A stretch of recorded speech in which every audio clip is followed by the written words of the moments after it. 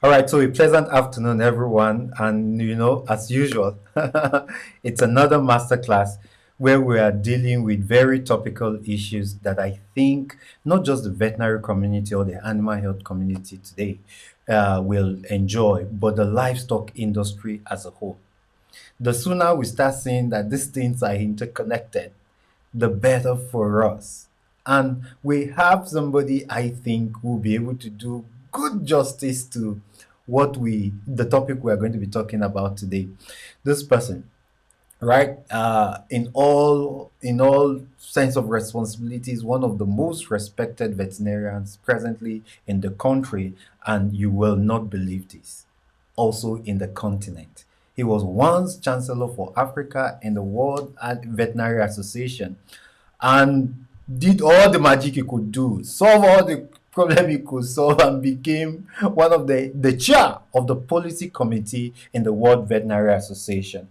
He has occupied several positions in the veterinary community. He's one of the most listened to stakeholders in the veterinary community. Today we're going to be discussing around the history of livestock, the policy that has gotten us to where we are, and then, of course, what we should anticipate in the future, and what, more importantly, what we need to do.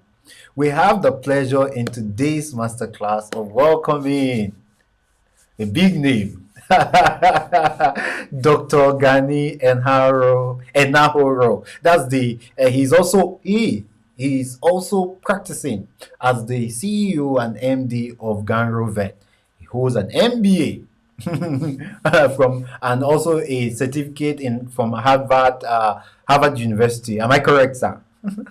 Good afternoon, sir. Yes, you are. Good it, afternoon, it's Femi. good. It's Thank you good to very have much. you. It's good to be with you. It's a humbling privilege to have you in our master class today.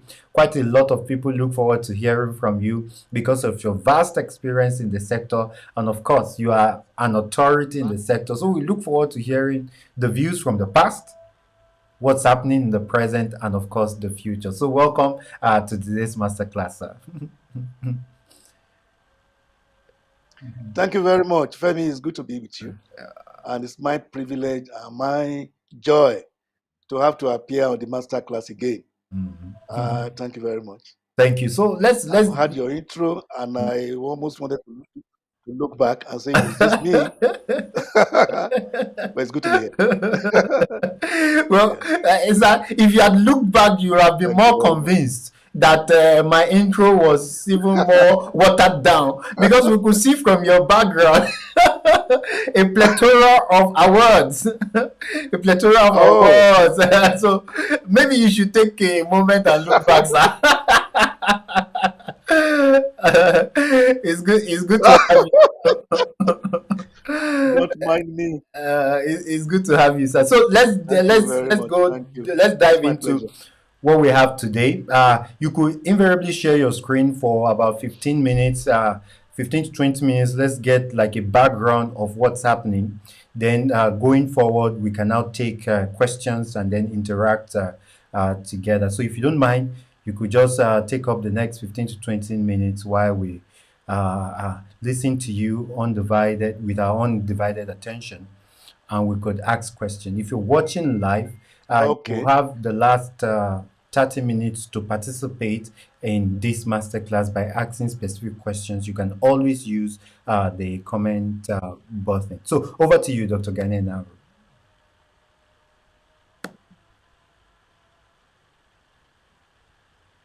Thank you very much, Femi. It's a pleasure again. Let me quickly share an experience, and that has to do with policy matters because that's exactly what we are discussing today. Just like you correctly said, I was privileged to be the the chair of the policy committee for 2 years, 2018 to 2020, last year, at the World Veterinary Association. And that's a color of all, I mean, a rainbow color of all races, all continents, organization. And WVA, World Veterinary Association, operates with just two committees, the policy committee and then the finance committee. So the policy committee is very strategic because we look at policies that guide the activities of veterinarians, more than 600,000 veterinarians all over the world. And there was a policy that was in place that was waiting for the ratification, actually a draft. And that policy had to do with what those who drafted it before we came on board considered to be what to do, the position statement of the WVA on aggressive dogs and a definition of what aggressive dogs was made. And it suited a section of the world that believed that dogs have to be well trained all the times and then had to be companion animals. But here I was, the only black man in the group, and also having the opportunity of being the chair of that committee of 10 with representatives from all the different continents. In actual fact, that position was in the past reserved for the president-elect. I mean, because there are so many things that opens you into the life and the history of the 157-year-old organization. Now, I studied that definition and I looked at my background, where I'm coming from in Africa. We do not hate aggressive dogs here because even though we see dogs like they see dogs as companion animals, we also know that we use dogs to ward off unwanted intruders into perimeter fenced households. So if the World Veterinary Association was going to be making a policy for the world, and they were seeing it from the prisms of the Western world that saw all dogs, or that still see all dogs as companion animals, and once aggressive, they would not want to breed from such a dog again. I said, no, that back in my place, if you want to buy a dog, those who buy dogs would either want dogs for security purposes, and only a tiny percentage really go for toy breeds that they can convert to companion animals. So I stood my ground and I said, no, if we are a rainbow of all colors, then I will not accept that this policy should see the light of the day in that definition.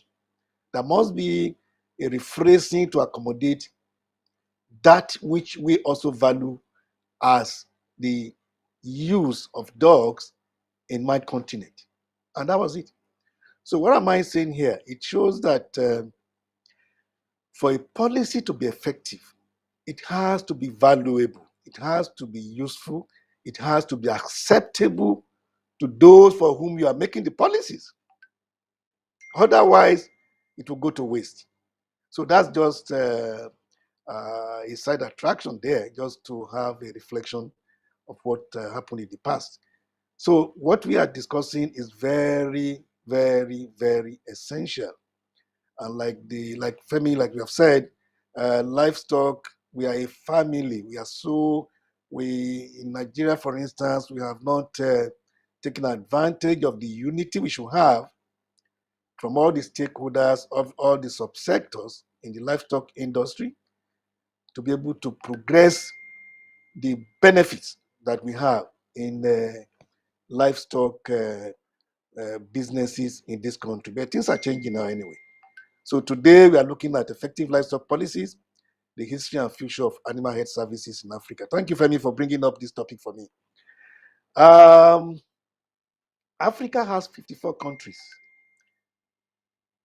I am privileged that I have visited about 27 of these countries in West Africa, East Africa, North Africa, South Africa, and Central Africa. It's a wonderful continent. I have not visited the remaining half. So what am I saying with this? It only means that the livestock policies across Africa vary so greatly due to the population of livestock and the supporting infrastructures that they have in these countries to manage them. And then the politics within the sector and outside the sector. Within the sector, I mean, that refers to the various stakeholder misunderstandings that we must begin to correct going forward. And also from outside the sector, we have the politicians. See, I've heard the minister talk to me and he said, Gani, as a minister, people are watching my back. And I'll look at my resources and it pays me more to spend some of the monies I would have spent on livestock on crops that have a very short gestation period. That if I put all those money into the livestock like you want it, by the time the harvesting of the blessings from this investment will be coming up, I would have left office and somebody else will now be benefiting. So I didn't like that. I mean, it shows how myopic, how small-minded most of our politicians could be when they look at issues that could be of growth and of development to the continent. Because this is not what they see now in other continents. People look at a continuum and they come in between to render the services they should render and don't look at it as dancing to the gallery of the times. And what we have as livestock policies across Africa today, I've tried to look through most of those policies that we have for livestock. They are directly what the colonial masters passed down to us. And that's why you see some policies are drafted that are no longer finding relevance today. You see, most of those things that those colonial masters had to deal with, events have changed. A lot of waters have passed under the bridge. But a lot of the countries in Africa are still relying or are still holding on to the policies that the colonial masters passed on to us. And that cannot serve us today. Only very few countries have modified these policies reasonably by looking inwards and domesticating them and developing out of that country-specific policies, which is exactly what we all need to begin to do. You see, I think I need to point out Botswana with this advancement. They have done so well with respect to that. Morocco is also doing so well. Botswana, their biggest revenue earner for the country is livestock. You see, they have a Botswana Meat Commission, BMC, which is as large in respect and regards as our NNPC in Nigeria that has to do with oil alone. Because Botswana, they import meat, see, in good quality and quantity to the European countries. And that is because they have put in country-specific policies to ensure that they have strength and competence in that regard. I also know Sudan is doing so much because Sudan is the biggest supplier of sheep and goats to Saudi Arabia and most of the other Asian countries around that zone. So a lot of countries are beginning to do things right with that regards. I just mentioned Sudan. I was part of a three-man expert team that they invited from other continents. I was the only one from Africa to help with their national animal resources development, strategy. And that took a whole lot of time and investment from them. And it was a fantastic experience I gained. Even though they wanted me to impart knowledge, I also ended up gaining a lot from them and from the colleague experts who came from Italy and America. And then we had a lot of things we did for them, and I think we need to begin to borrow from this. I mean, there is no need relying on your internal capacities alone, which many of us do. Even in our country, in Nigeria here, we don't even take advantage of the internal capacities we have anyway. And then we allow others to take advantage of us. So Sudan is getting things right, and then I think we can borrow a leaf from them as well. On a general note, taking it back home now, Nigeria is challenged by policy instability. See, every livestock policy is targeted towards the increased output of production. That is the target. If you have a policy, the intention is to ensure that your livestock growth increases, improves, both in quantity and in quality of what they of byproducts. And this can only be possible, I repeat, with healthy stock. You see, but policy instability, like I said, remember during the President Jonathan's tenure, we all celebrated the livestock transformation agenda. Okay, we are okay today that we have the National Livestock Transformation Plan, maybe change of nomenclature, repolishing and repackaging. We are working with this today. But we need to be consistent as a country to stick to these policies and work them through. It's not just enough to have to start again and bring up policies that we cannot follow. Now, talking about having a very healthy stock and then having an increased output of production as the target, those who believe in that, those who understand that, I refer to them as protagonists, would know that veterinary services and animal health components actually form the fulcrum of all livestock policies. Because you need a healthy stock before you can expect maximum production from them. So, but those who do not understand, and that is why we also have this lack of interagency cooperation or interdepartmental collaboration that we need for robust policies to grow the livestock sector. They will not understand that. They will come up with unnecessary rivalry that does not matter and want to departmentalize in silos what they should put together as a strategy to grow. But I think we need to begin to look at this and begin to change things. Then the government expenditure across Africa in the livestock subsector or livestock sector, subsector, if they are managed to agree, for countries that have a single omnibus ministry of agriculture like Nigeria, in many countries today, the Sahel especially, we have these separate ministries of animal resources to really garner a lot of benefits for their country. So the expenditure of the governments in Africa is worrisome, and that is abysmally very low in Nigeria. You see, when you look at the budget of livestock sectorial allocation here, if you go to the subnationals, you will laugh, because I have some experiences where the subnational, I don't want to mention specific states, they would have allocated 5%. 5%, that's a big deal to agriculture. And that is where they want the livestock sectorial to also take their expenditure from. What do you want to grow with such very poor expenditure, from government side? And like I said, those who will support such low level of allocation will tell us that it is politically inexpedient to spend heavily in livestock because of the gestation period before the harvest. Just like I explained about the minister who said the same thing. You see, so I put that aside. We'll come back to that during the discussions with Femi. But on the history of animal health services in Africa, that's the second leg of our discussion. I'm taking Nigeria out as a case study because Nigeria seems to have the most compact history of animal health services that I could trace.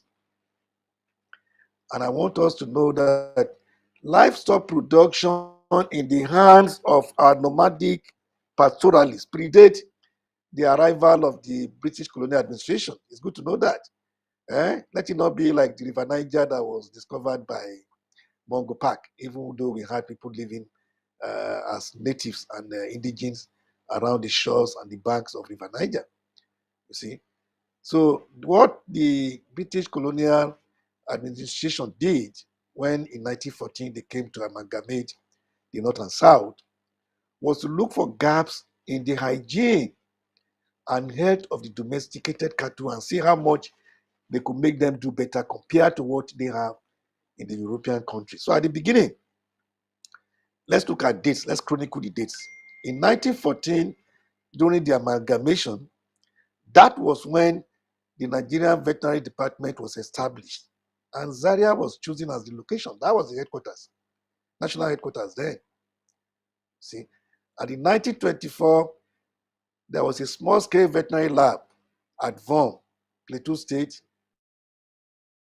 serum. You know, VOM was a very peculiar place because of the climate, which suited the European administrators of that time. So they started beginning to build up a lot around VOM. You'll see that very soon. Then in 1939, between 1939 and 1945, that was just after the First World War. Was it the First or the Second World War? The VOM lab was expanded to produce vaccines now and biologics. And VOM became the center for veterinary research and for vaccine production. And that is still what they do up to today. Then in 1940, a full-fledged veterinary school was set up at VOM to train Nigerians for animal health responsibilities. Are you seeing that? So attached to the school was a livestock investigation center. So they started concentrating most of our veterinary health or veterinary infrastructures around VOM. And that training, that school that was set up was not to train veterinarians. So we need to also understand this, that we have long started producing the veterinary paraprofessionals before the veterinary schools came up. Then in 1947, the colonial administrations in the West African territories totally turned to VOM and then made VOM a veterinary hub and cited the West African Institute of Trypanosomiasis Research, WAITR. Again, the climate of VOM was very suited for that because of the cold, the low temperature in VOM and around VOM, the vector that trypanosomiasis vector, that is tsetse fly, was absent. It's still absent in that place up to today. Then in 1954, with the creation of regional governments, the Nigerian Veterinary Department that was headquartered in Zaria was broken down into the various regions, Eastern region, Northern region, and Western region, with autonomous powers. So they now had to start fashioning out their various veterinary departments. That started in 1954. And the post of the Inspector General of Animal Health Services that was in charge of that national center was changed to Director of Veterinary Research, working for the federal government and based in Lagos. So it was purely just to oversee what the various regions were doing. And in 1967, coming back home now, with the creation of 12 states, all the states now took control of their veterinary services within their boundaries. And today, we have 36 directors of veterinary services. And then, of course, the Federal Capital Territory has its own special arrangement with a director also in charge of veterinary services. And now, with all the accredited universities offering veterinary medicine, 11 of them, and more VPPs training institutions, Nigeria is stable in its provision of veterinary and animal health services. But this cannot be said of most other African states, particularly in West Africa, where, for instance, a few years back, just a couple of years back, 5 years back, I have the data, I couldn't track it to put it here, that showed that Liberia had just 6 veterinarians in their national pool to service their country. You see, and Sierra Leone had just 2. So we have such a very low level population of veterinarians in most of these other countries that Nigeria looks, that's why I've decided to choose Nigeria as a case study here. Because Nigeria, we have over 10,000 veterinarians to look at the livestock sector, cooperating with all other stakeholders, the animal scientists, and then the veterinary paraprofessionals for us to have a robust sector. So that is briefly what I have as an intro. Femi, you can take over from there so that we can make it interactive.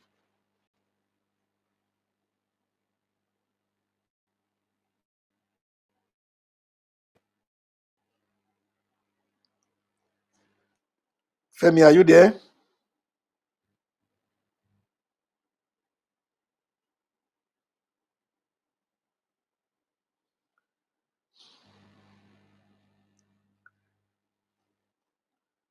Femi, are you there? All right, so can you hear me now, sir? Are you hearing me? Yes, I can hear you. Yes, I'm hearing Okay, I said you. that's so much of an intro, and we want to Okay. thank Did you. you? Yes, we got the entire background, and I said I was just smiling while you were talking that you took me beyond the date I was born to see to see what happened before I eventually came into veterinary medicine. That was really very detailed. Thank you. Now I think it's time we discuss real issues, right? You mentioned so much policy instability in Yeah. Nigeria. Why do you think that is? Why do we have so much instability in our policies?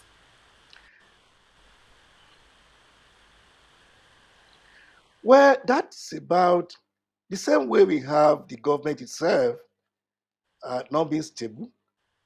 Good enough, we've had democracy last this long in Nigeria. That's the first time ever. And then it has also showed the capacity of the leadership we have in politics. Because, like I said, of the other continents, people follow up through in a continuum with what others have started. Um, we don't really need to have to start to do new things if those who handed over to us have not concluded what they started. But what we have in Nigeria is immaturity in politicking that allows most things to go, what do they call it? They call it elephant projects because they have been abandoned and made to look like that. People don't, governments don't follow through with things. So the more robust the political advancement is, the more steady these policies will be. You see? So it's tied to the politics of the country. And But that sir, is why we have the stability. if I may cut you short, sir, there are So vets. it cuts across, it affects all the sectors. It's just that we are discussing livestock sector now. That's why we are making references to this. So If again, you remember when, yeah, go okay, go ahead. ahead. So there are vets, right? I presume there are vets in this policy thing with the country. Are we not advising them, or the politicians are not taking our advice? Which is it now?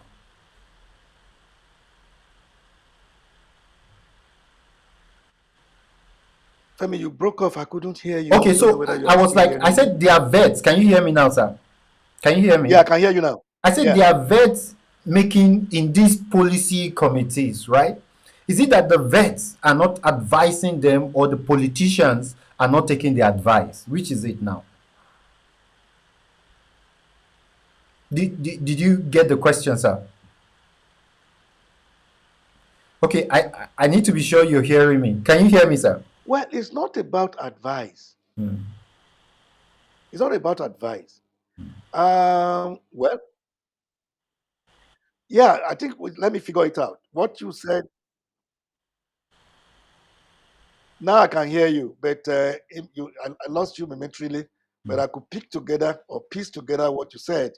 You wanted to know if what relevance if veterinarians are in the system and they're not able to advise accurately. Is that not what you said? Exactly, exactly. I think that's what I could deduce from that, from what you said. Yes, we have professionals, not just veterinarians alone. We have professionals, we have animal scientists, we have veterinarians, we have environmentalists who are supposed to collaborate to be able to have the policies look robust enough. But the truth of the matter is, you see, when policies are being drafted, most times they are supposed to be futuristic and then looking back a little as at what do we have now as a basis, because you don't want to talk much about the past again. You want to find out what exists as a base now, and then futuristically look at what it should be going forward for growth. So that is the challenge. So most of those policies are supposed to be tending towards what should happen tomorrow. The advice has always been there. There are quite a number of policies I'm aware that are in the pipeline even today, and that they have been growing for years, being looked through, and then at a point in the development of those policies, there will be challenges that will make them not see the light of the day. So it is not about the professionals not being there; they are there. But what are the priorities that the government of the day is giving to them to put attentions on those policies?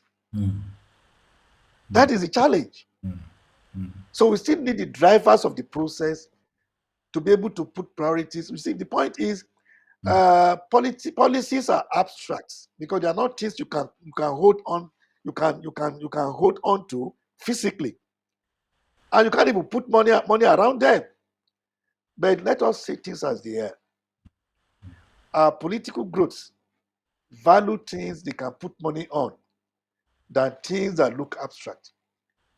Can we be looking at the population census, or rather the census of the population figures of animals or livestock in Nigeria? The last time it was done was 1991. Should that be an issue? But because you can see that the policy, the country drivers in that sector, in the livestock sector, do not fancy that as a priority. They do not see it as a priority. And what planning, and they have planning departments in the ministries. What can the planning department base their predictions on? On a statistic that is already flawless. I mean, filled with flaws. So that is difficult to say all of these things live, because you don't want to make it look like somebody could ask me, what of my advice to them? Am I not also giving advice? So that is the challenge we have. We need people who are focused enough to see that, and then of course, all of these things are bent around corruption, corrupt practices where they feel some of those things that do not allow money to be contracts to be given, and then they rest with the quantity of advisors is not the issue. We have them. Maybe we should look at another angle to it. All right. So you in your presentation you mentioned Botswana exporting meat. Like they built an entire community or an entire workforce around their value chain to make them that good to export meats, right? Nigerians, we have that potential. Do you agree? So, if we do, what do you think are the bottlenecks? We have more potentials than them. First, like I said, Botswana have a BMC. They call it, and the foreign exchange announced for their country.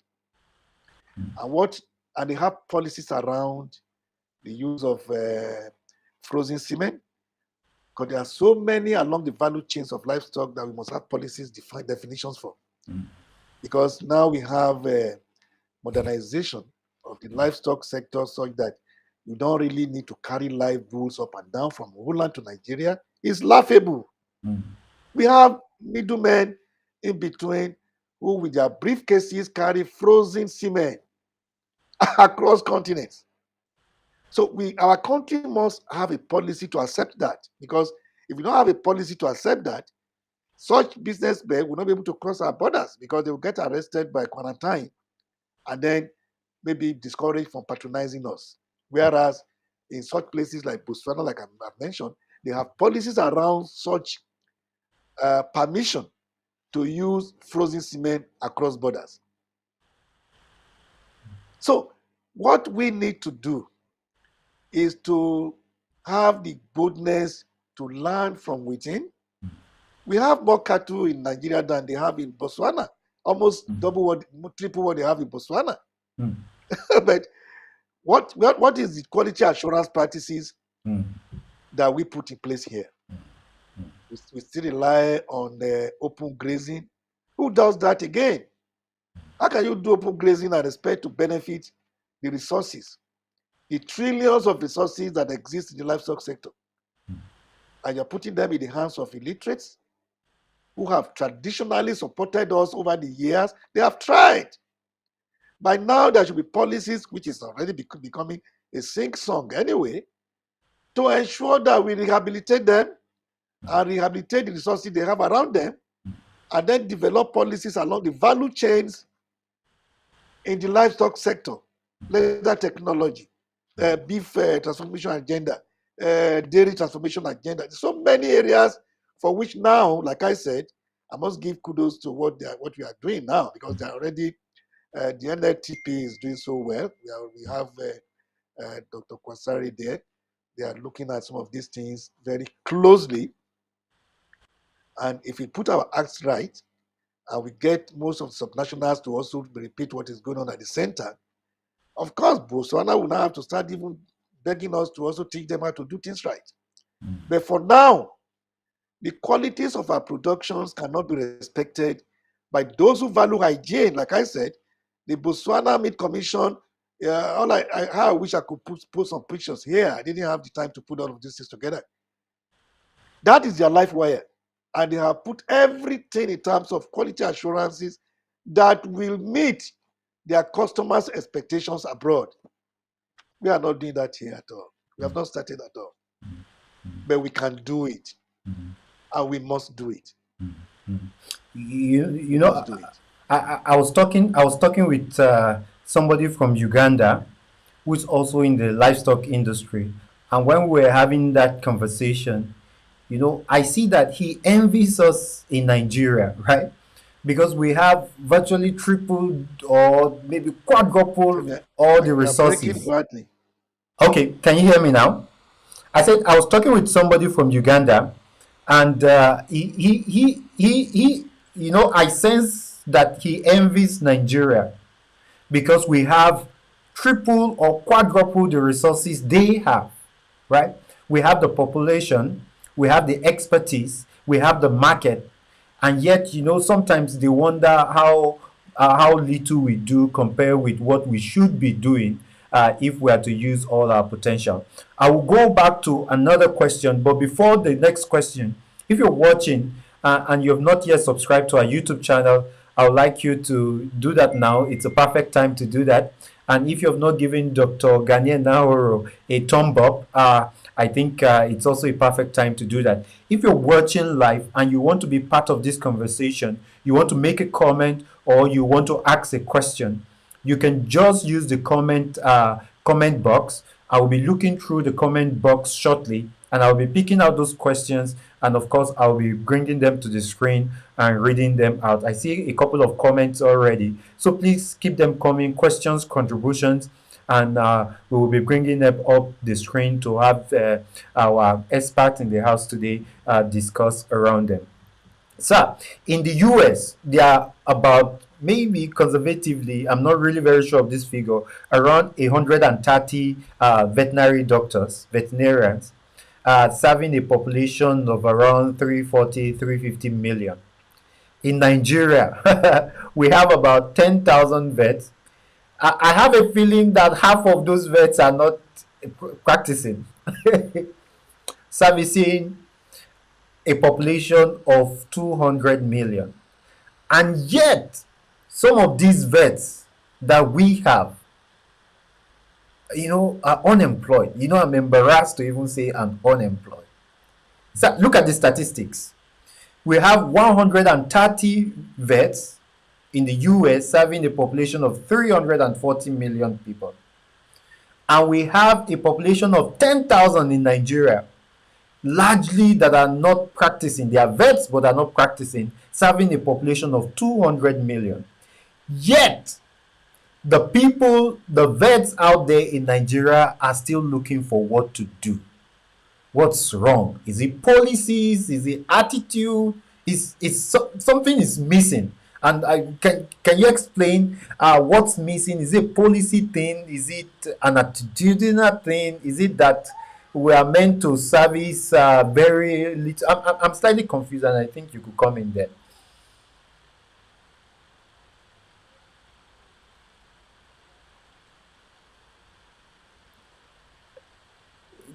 Go ahead, sir. Did you hear what I said? Well, a plethora of factors can come in here. First, I will also say that, yeah, you broke off quite a while, but I could pick here and there. You wanted to know why we have just a small figure, 10,000 veterinarians, not even up to half are practicing. And then in comparison with 130,000 in US, servicing equivalent population. And yet we are not having our veterinarians engaged well in Nigeria. I think that's what you said. Exactly. That's what I heard. Exactly. Yes, yes. Even from the 10,000, like you correctly said, we are beginning to have an exodus of veterinarians now going into Europe in the last 6 months. On my fingertip, I can tell you that about 15 veterinarians that I know who are in my mentoring group have left for Europe. Now, those European scouts that came to hunt for consultant medical doctors last year also hunted veterinarians to work in their abattoirs, all to improve their public health. We are battling with a global pandemic, COVID-19 now. Many continents out there are beginning to think of what next. We already know we have COVID now, but we are still even fighting with ourselves to believe that COVID exists here. So you can see how people can. So taking it to the next level, most of the European countries are beginning to come to Africa to look for redundant in quote underemployed veterinarians and engage them, pay their ways through visa applications, giving them about 6 months free accommodation to stabilize, and paying them good salaries commensurate with what veterinarians should earn in their countries now. So even from the about 3,000 active veterinarians on the list of 10,000 we are touting, we are beginning to lose veterinarians to the European countries because that is where they get their services valued the more. All still have one thing to do or the other with policies of the states of the country. When you have the livestock in tatters, so to speak, left in the hands of all comers, left to open grazing, of course, what do you get? You can have a structure that will accommodate the professionals that should ideally serve as stakeholders in those industries. How do you want to engage them? So you therefore see most of the veterinarians in practice today doing more of poultry practice and companion animals medicine. And then a few chasing around the open grazing and the pastoralists in the bushes that they're even afraid to go to now anyway, because you have a lot of, we know the security implications when those who are, uh, bandits or whatever label we give them as terrorists are mingling and hiding, in the name of bushes, where we believe that the veterinarians that are into food animal practice should consider as their terrain. So how many veterinarians will you think will be encouraged enough to go into the bushes to go and treat animals now? So we now have the livestock sector left on their own. So it is all interwoven. It all still have to do with a lot of what the government must do, first by also improving security around the country. That's number one. And then the policymakers, and that has to do with government operators, must also to do things right. I don't like to go into it, but I'm going to mention it now. When they were talking about what to do with open grazing in the past administration, and then the various suggestions came up as to what to do. What did our ministers do? They started looking for models around Pakistan. They started looking for models around Ethiopia. And if you look at the ladder of or a table of the beef producing countries or milk producing, dairy producing countries in the world. Those names don't feature in the first 50. And I started telling myself, why must our leaders be looking for? Why couldn't they look towards Brazil, look towards US, look towards Canada, who are up there in the table, and look at the design they have, and look at the program they have? But they were looking for Pakistan, and they came up with things like what me and you know, which did not fly anyway. So it is all around the mindset of people that are supposed to guide us right. So, yes, the veterinarians are looking like, in fact, we are looking very good in the sub-region.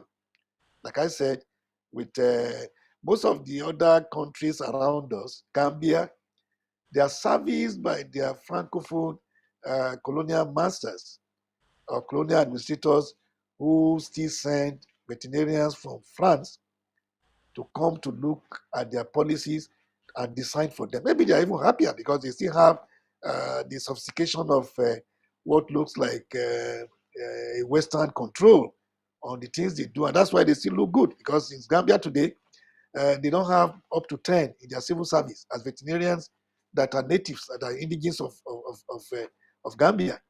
I remember at a time during the Technical Aid Corps program of 2012, I was the president of MVMA. We had the privilege of recommending 50 veterinarians to Technical Aid Corps at the Ministry of Foreign Affairs, and a few of them were sent to Gambia. They refused to come back here anyway because they had enough to do there. And they had a lot of good compensation for having to work with them. So it is all about us, our attitude, and the changes we desire, and the changes that we believe must come. And we're beginning to think that with that put in place, the veterinarians will not just be enough. We will have a lot of people beginning to look for how to study animal science, and then begin to think about to study veterinary medicine, because it will become attractive when ranching, that's the word that is very tough to mention, becomes the order of the day. There will be a structure in place to accommodate and take the various professionals in this industry. I think that's about what we need to begin to look at. All right, let me bring up a few comments up on board. Dr. Olatunji Yeah. Nasiru, who is also the Commonwealth president, I happen to know him, said policy somersault. Femi, are you breaking off? Okay, can you hear me now? Okay, I think I'm clear. Dr. Olatunji Nasiru said policy somersault is the bane of implementation in Africa. I see a few comments. I'm going to be bringing them up. Dr. Charles Ibe, who was also one time the national president of the Nigerian Veterinary Medical Association, says to export meat product, this product must be free of pesticides and drug residue. Guess a lot of people caught up with the fever of us exporting because we need to work on that. Professor Fashioner said they are about 126. Okay, we said 130. He said they are about 120. Let me quickly address that, Femi, if you don't mind. Okay, all right, please do. Because I don't know why the network's behaving this way. Okay. Yeah.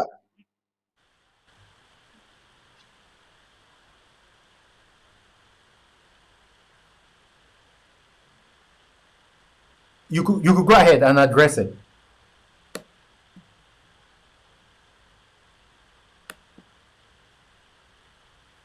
Okay, sorry, the network has not been very friendly this way. I don't know whether it's your way or this way.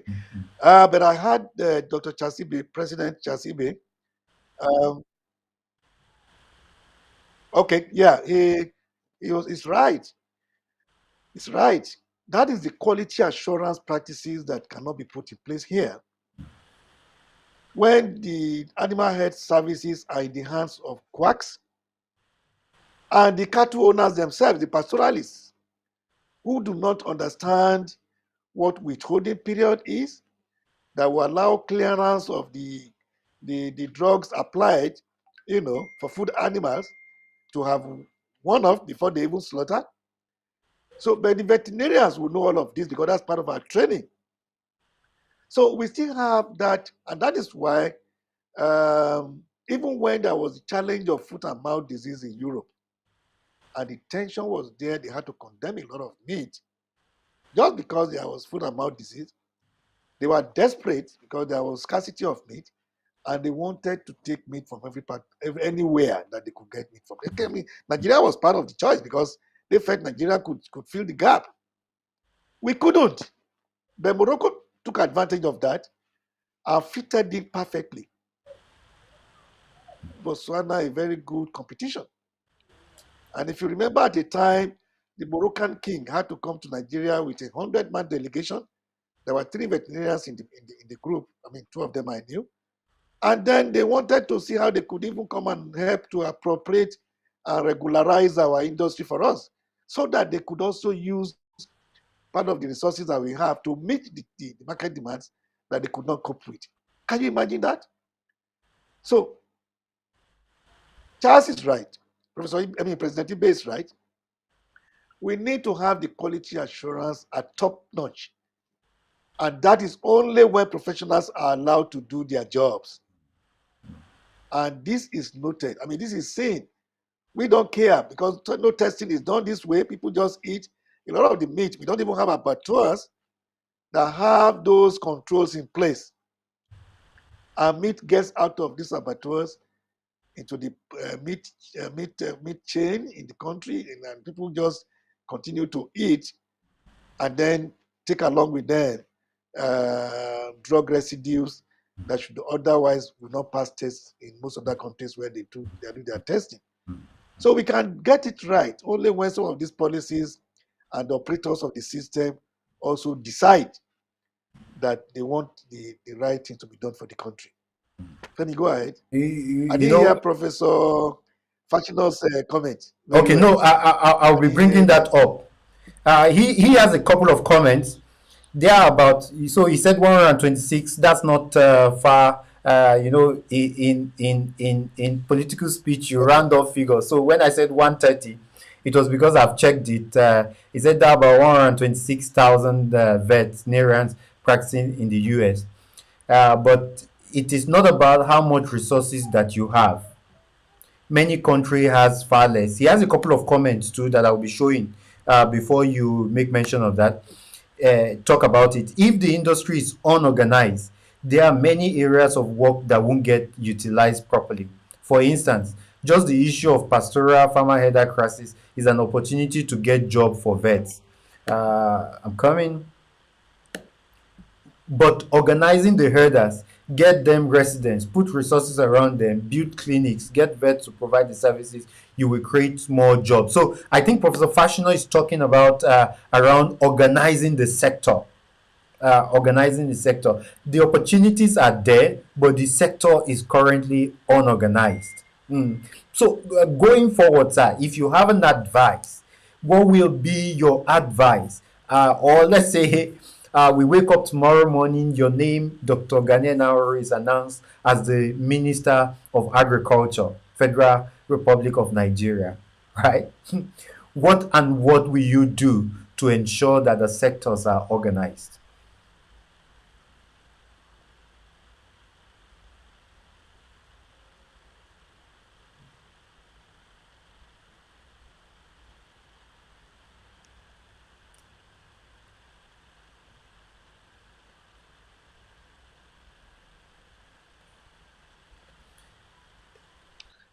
Okay, Femi, you broke up a while, but I heard you talk about what Professor Fashino said and what I could do, for instance, if I have the opportunity to make changes.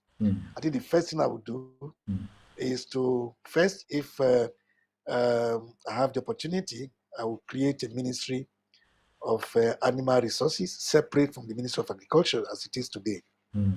I will have to put an emergency. I repeat it. I'll put an emergency around agriculture. First, it is the surest way for us to mop up unemployment in the country and reduce security to a very drastic level. I'm not talking about the organized criminals who deliberately carry guns up and down, but those who, because they had their hands very free, not doing anything, we can put them around agriculture, encourage them, and beautify this practice for them, and they will stay and do and find something to do. I'm going to immediately convoke a summit, a livestock summit. Today we have a lot of misunderstanding in even that subsector by the practitioners in the subsector. The veterinarians on one side, the animal scientists on one side, the veterinary paraprofessionals, animal health practitioners on the other side. We all need to come together. We need a factor that will bring us together and plan well to harness the beauties and the serious opportunities that exist in this industry, in the livestock sector. We need a summit to do that. A lot of distrust is still going on. We need to address that. There are so many things I know that I would not want to talk about here because they are privileged information which I would not want to necessarily make look public. A lot of distrust is still going on, and that rat race will not help the sector. So we need to cooperate and then make the sector the poultry industry is looking good because to some extent it's better organized. But we have more resources in the livestock sector, not even the poultry alone, that is left completely untalked about. So if I have the opportunity, I'm going to make the subnationals to replicate what the national is doing. It's not about Nigeria alone. I like the stories around the various states, so many states now talking about banning open grazing. It's not just about banning. We can do much more than that. When you ban and go to sleep, what have you taken? What have you? When we are trying to ban, we should put some livestock hubs in place that will be the exact semblance of what you want it to be. That would provide for veterinarians, provide for all other professionals in the industry, provide for those who should have been pastoralists but you now want to settle them. They have to be, they are complementary. So all of them should work together. So there must be a coordination. We have the National Council of Agriculture that is supposed to be a center to harmonize all of this. What are they discussing there? I'll be privileged, like Charles has been privileged as president of NVMA to attend those sessions. What are they discussing there? So we need to have a deliberate approach towards getting these industries right. And like I said, that mentality that believes that investment in livestock, that the gestation period is too long, is politically inexpedient. People will not know what I've done. They won't value what I've done as a minister. Should be thrown away. That mentality is not right. Because that mentality would short circuit what growth should be. And in agriculture, you have to walk the talk. If you mean it, then you get it. Yeah, Femi. These suggestions are really very top-notch suggestions. I think we all need to take seriously. While you were talking, it occurred You to are me. frozen again. I can't hear you. Okay, but I can hear you clearly. So while you're talking, it occurred to me also the issue of avian influenza in the poultry industry. There are numerous challenges, but one of the key things I keep telling people, the national livestock asset is around 30 trillion. I think it was Dr. Samsudin that brought that up in his last masterclass. Is 30 trillion. That's a lot of money for anybody to single-handedly oversee. But as Professor Fashional has said, if the sector is organized, and as you have rightly pointed out today, sir, in your masterclass, that if policies are implemented and people who are in those political class who are able to do what they need to do, I think we are heading for something really very beautiful. Botswana, it's a country in Africa. As you have rightly also said, they are not bigger than us. In fact, we are bigger than them in terms of opportunity and resources. And I also think in terms of intelligence, I also think in terms of intelligence. So if we are, if they should in code be trailing behind us and be following our footsteps, but yet in result they are leading, then we should reconsider what we are doing and see how we can do better. So, if there's a final word you want to say to the teaming veterinarian listening to you, to give us hope that these things could be better, maybe not immediately or overnight, but over time, I think this is the right time to say it. Go ahead, sir. Yeah, Femi, thank you very much for this opportunity. First, I'm a veterinarian. I think I'm one of those veterinarians who have made friendship across the entire livestock value chain. Let me use that language. I have very many of my friends as animal science graduates, animal scientists. I have very many VPPs, veterinary paraprofessionals, as friends. And I have very many people who are making money from livestock as friends.